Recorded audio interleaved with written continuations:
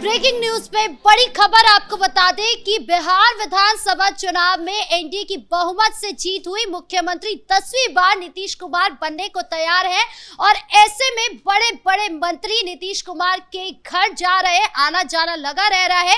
तो क्या चल रहा है नीतीश कुमार के घर के पास, मतलब क्यों मिली जा रही है, बार बार मंत्रियों की बैठक क्यों हो रही है, सब कुछ बताएंगे आपको। मेरे साथ मौजूद है कैपिटल टीवी के executive editor Rajiv Singh ji. Sir, Nitish Kumar से बार बार मंत्री मुलाकात कर रहे हैं, क्या है इसका मतलब? नहीं, बार बार मंत्री मुलाकात नहीं कर रहे हैं और जो जा रहा है मिलने, तो आपने देखा है तो उसमें दम भी है।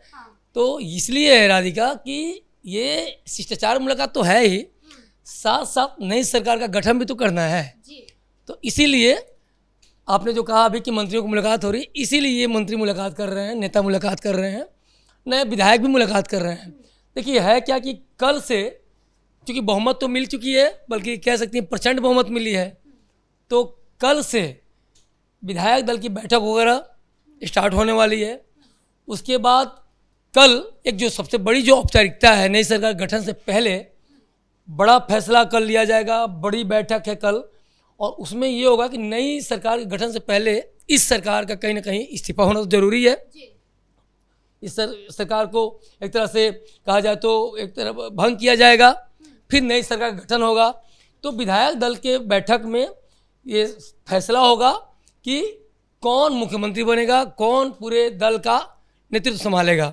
तो नो डाउट जो पहले से ही तय है, औपचारिकताएँ आज की डेट में रह गई हैं प्रचंड बहुमत के बाद, खासतौर पर जिस तरह से नीतीश कुमार के चेहरे पर लड़ा गया चुनाव, जिस तरह पीएम मोदी के चेहरे पर लड़ा गया चुनाव, तो इस विधायक दल की बैठक के बाद जब अब आगे की जो प्रक्रिया होगी तो नई सरकार के गठन को लेके होगी।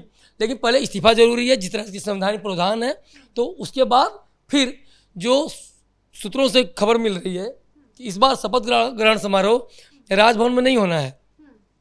इस बार शपथ ग्रहण समारोह पटना के विशाल गांधी मैदान में होना है। बहुत बड़ा मैदान है और सबसे बड़ी बात है कि एरिया जो है, चूँकि मैंने वहाँ यूपीएससी कोचिंग वगैरह की है, गांधी मैदान के जस्ट बगल में एग्जीबिशन रोड से सटे हुए है। आसियाना टावर में जब मैंने कोचिंग की थी तो हम लोग वहीं जाते थे, मूंगफली वगैरह फोड़ते थे। तो वहाँ सोचिए, मैं ये बात क्यों कह रहा हूँ कि जिस तरह से मैदान का जो आकार है, वहाँ जो साइज है, ये प्रचंड बहुमत से कनेक्टेड है। क्योंकि राजभवन में उतनी जगह नहीं है जितने के लोग आएंगे। यहाँ सोचिए खुद पीएम मोदी यहाँ आने वाले हैं, बीजेपी के और नड्डा साहब आ सकते हैं, या बड़े बड़े और मंत्री आ सकते हैं, और इसका मैसेज पूरे भारतवर्ष में, पूरे वर्ल्ड में कह सकती हैं कि देने की कोशिश की जा रही है। कई राज्यों के मुख्यमंत्री भी आएंगे। तो इतनी बड़ी संख्या में लोगों का पहुंचना, क्योंकि जो इस जीत के भागीदार हैं, इस जीत के कहा जाए तो एक तरह चश्मदीद हैं, वो भी अपनी आँखों से मुख्यमंत्री के 10वीं बार शपथ लेते हुए दिखना चाहेंगे। कैसे बिहार सरकार आकार ले रही है, कैसे अगली सरकार बनने जा रही है, कौन कौन लोग शपथ लेंगे, कौन कौन उनके क्षेत्र से मंत्री बनेगा, ये सब पर भी शपथ ग्रहण में देखा जा सकता है। हालांकि पूरा मंत्रिमंडल का विस्तार तो बाद में होगा, तय मानिए, लेकिन कुछ कोर जो मंत्रिमंडल है उसको लेके यहाँ 20 या 21 तारीख को फैसला हो सकता है। सबसे बड़ी बात अब इसमें इंटरेस्टिंग जो है, तेजस्वी यादव की नीतीश कुमार से मुलाकात होगी, ये तय मानिए। विपक्ष को न्योता देने की परंपरा रही है, ऐसे संवैधानिक प्रावधान भी है, प्रोटोकॉल भी कह सकती हैं। तो इसमें तेजस्वी यादव आएंगे नीतीश के शपथ ग्रहण समारोह में, ये भी तय है।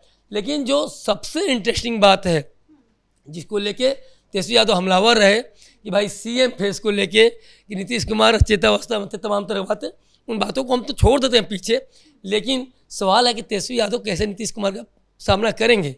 लेकिन चलिए, जब जीत आगे आ जाती है तो आदमी बड़े ही एक तरह से लदे हुए फल के वृक्ष की तरह ट्रीट करता है। आपने बोला कि सामना कैसे करेंगे, ये बात तो तेजस्वी यादव के लेकर जरूर सवाल उठेगा, क्योंकि तेजस्वी यादव खुद कह रहे थे कि 18 नवंबर को मैं शपथ लेने वाला हूं, ये बात बिल्कुल क्लियर है। लेकिन अब उन्हें सामने करना है किसी और नेता का, किसी और मंत्री का, जो अब शपथ लेने वाले हैं उनकी जगह। तेजस्वी यादव के लिए बहुत बड़ी बात नहीं है।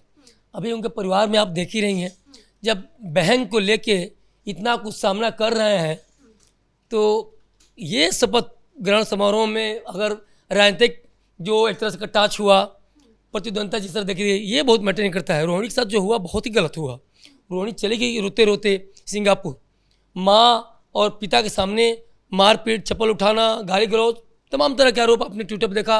लगातार हमारे जो नवेंदु जी हैं उसको कवर भी कर रहे हैं, लगातार उसको सामने ला रहे हैं वीडियो के माध्यम से। तो हमने देखा कि क्या कुछ चल रहा है। तो तेजस्वी के लिए गांधी मैदान में सामना करना नीतीश कुमार का, ये उनको पहले से पता था कि वो हार रहे हैं।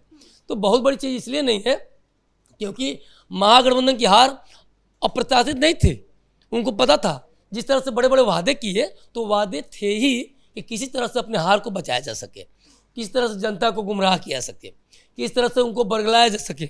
और देखिए, हम लोग पहले से कह रहे थे, कैपिटल टीवी का कोई भी वीडियो देखिए कि इसके बाद मारधाड़ स्टार्ट होगा, गाली गलौज स्टार्ट होगा, और 24 घंटे में नहीं बीते रोहिणी आचार्य वाली खबर आ गई।